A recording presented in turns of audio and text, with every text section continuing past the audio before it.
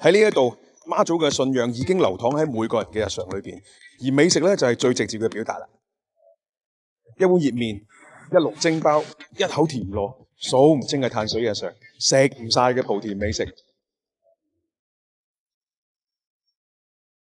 真係廣州從來未食過，廣東從來未食過，輕輕有啲黑暗咯。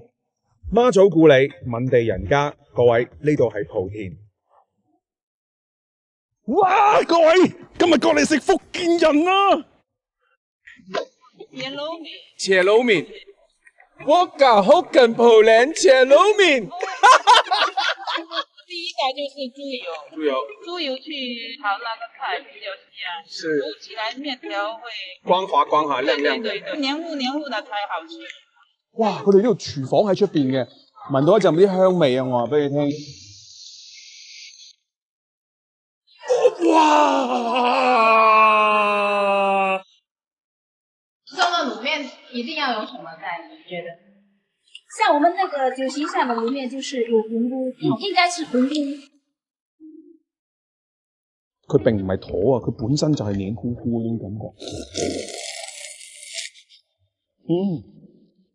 哇！真係香，個啖汁哇真係好嬌香，可能有啲芹菜嘅香味啦，有啲海鮮嘅香味啦，好爽口，啜聲我話俾你聽，爽口個紅菇。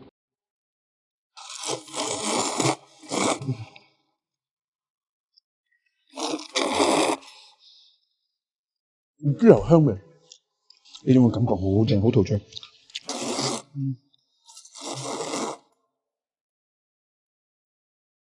我要跑去食嘢嘅咩？哇！真係喎，哇！啲人，哇！坐滿晒，哦，就喺度生煎，喺度好多鐵包，白花花嘅包子。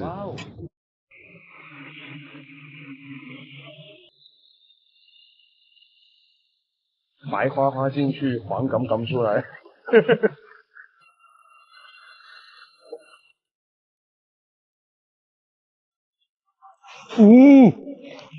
爆汁啊！哇！爆汁哇！皮薄餡爆啊！嗰層皮咁 Q 薄，哇！佢放咁多水落去，佢整到佢都唔爆喎，起啊真係好食。哇！裏面啲肉餡都好鮮甜，我話俾你聽，其實幾好食㗎。咁當然仲有啲粉絲啦，啲京包菜啦，又或者係同埋一啲木耳啊、茄瓜嗰啲嘢嘅。呢種做法咧，同埋呢種形態、呢種口味咧，其他地方真係好少有。目前我淨係喺莆田見過，而且我好欣賞嗰層皮，佢薄得嚟咧，佢又煙韌，哇！起又鮮，佢又唔到穿嗰下抵死喎。好食。姐，咱們這個包店開了多久了呀30幾年了。30幾年啦，上一鑊就清一鑊。哇！呢間嘢真係食唔到，廣州真係食唔到。佢嘅做法打開咗我對煎包嘅新理解，佢嘅口味打開咗我對碳水嘅新世界。碳水啊！有那個炒米粉，是吧？那個是用豆漿來炒，是吧？是用豆漿炒出來的，你們沒吃過嗎？吃過沒吃過沒吃過。這美食還是真莆田獨特的。滷一份，來先加豆漿。加豆漿。蔥頭油。蔥油自己熬的。對。這個好啊，這個香啊，哇，好香啊啲蔥頭。輕輕有啲黑暗咯。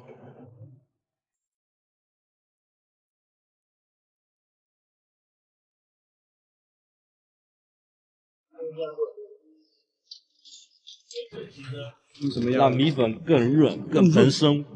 對。氫化豆漿炒米粉，製作過程真係好複雜。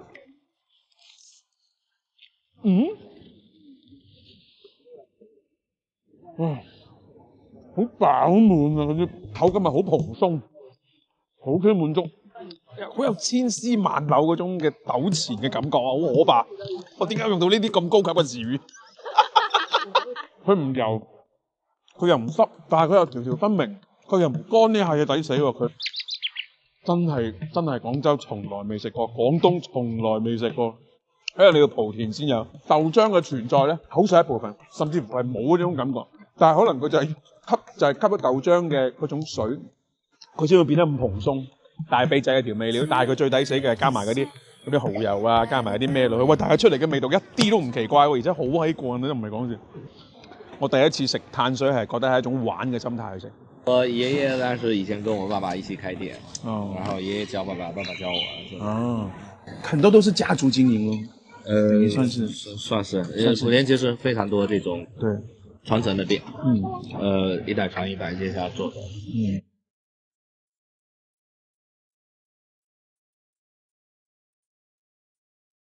嗱，媽祖文化全世界都有嘅，但係莆田呢度咧係算係媽祖文化嘅一個發源地。現在關門了嗎？關門了嗎？哎呦，我們可以看一下嗎，師傅？師傅，我們廣州過來，我們剛下那個高鐵，5分鐘。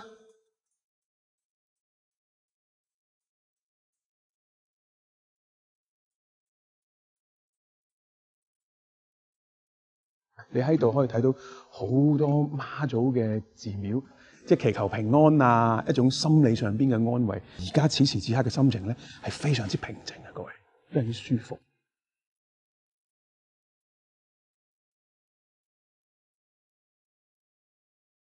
我們莆田主要是信奉媽祖。莆田心里面什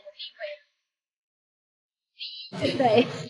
平安一帆風順，然後我們媽祖之前是湄洲島上的海上女神，就之前他們以漁業、捕撈業為主的，尊敬媽祖的。是的，是的，非常非常尊敬。就出門也要對拜一拜。即係嚴格嚟講，可能老老幼幼唔單止淨係出去行船嘅人，老老幼幼都會去尊敬佢。咁呢個就係一種血脈啦，就係一種延續嘅一種東西。咁我哋嘅朋友過到嚟，咁啊梗係入鄉隨俗啦，係嘛？不好意思，關門。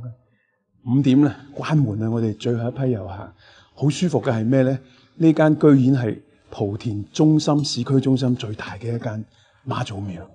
哇，正！媽祖教佢哋敬畏自然，佢哋用呢一份敬畏，將海與土地嘅貴贈細細咁打磨成餐台上邊嘅幸福。喺呢一度，味道唔係淨係舌尖嘅感受，而係更深入人心嘅記憶同埋情感。一代代莆田人用雙手同時間，將簡單嘅食材變成溫暖嘅滋味。所以喺莆田呢，每一啖都係心意，每一味都係傳承。